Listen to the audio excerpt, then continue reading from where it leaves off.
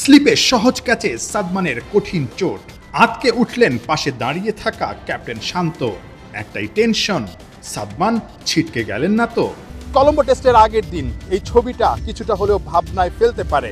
নিয়মিত ওপেনার সাদমান ইসলামের ইনজুরি, একে তো এনামুল হক বিজয় ফর্মে নেই, তার উপর সাদমানের এই মাঠ থেকে উঠে যাওয়াটা কিছুটা হলেও কিন্তু আসলে শঙ্কিত করতে পারে।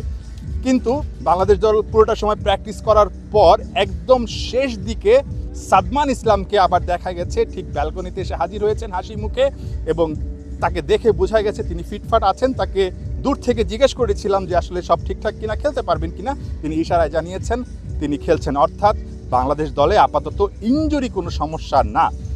ফুল ফিট হয়ে মেহেদী হাসান মিরাজও কিন্তু এই টেস্টে ফিরছেন, যিনি কিনা টেস্টে গত বছরে বাংলাদেশের সেরা পারফর্মার।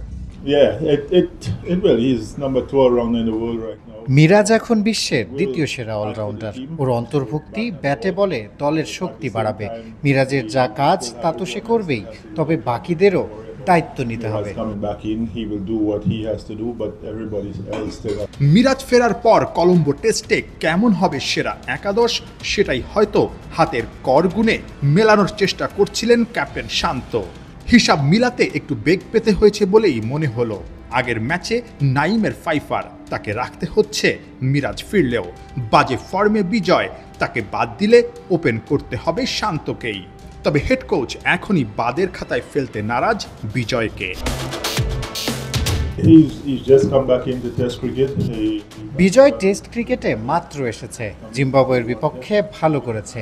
একটি টেস্টে শুধু ভালো করতে পারেনি, এটুক দিয়ে কাউকে বিচার করা ঠিক হবে না। সেও জানে মাত্র দুটি ইনিংস বাজে গেল, আশা করি পরের ইনিংসে ঘুরে দাঁড়াবে। গলে দারুণ বল করেছে নাইম, তাকে একাদশে না রাখাটা কঠিন। ম্যাচের আগের দিন মুশফিক মিরাজের মতো সবাই উইকেটের রহস্য ভেদ করতে ব্যস্ত। ফ্ল্যাট উইকেটে ব্যাটাররা রান পাবেন, শেষ দিকে স্পিনাররাও ঘূর্ণি জাদু দেখাতে পারবেন। তবে উইকেটের রহস্য ছাপিয়ে সিমন্সের কাছে মুখ্য কলম্বো টেস্ট জয়। ম্যাচ জেতা সহজ হবে না, তবে আমরা জয়ের চেষ্টাই করব।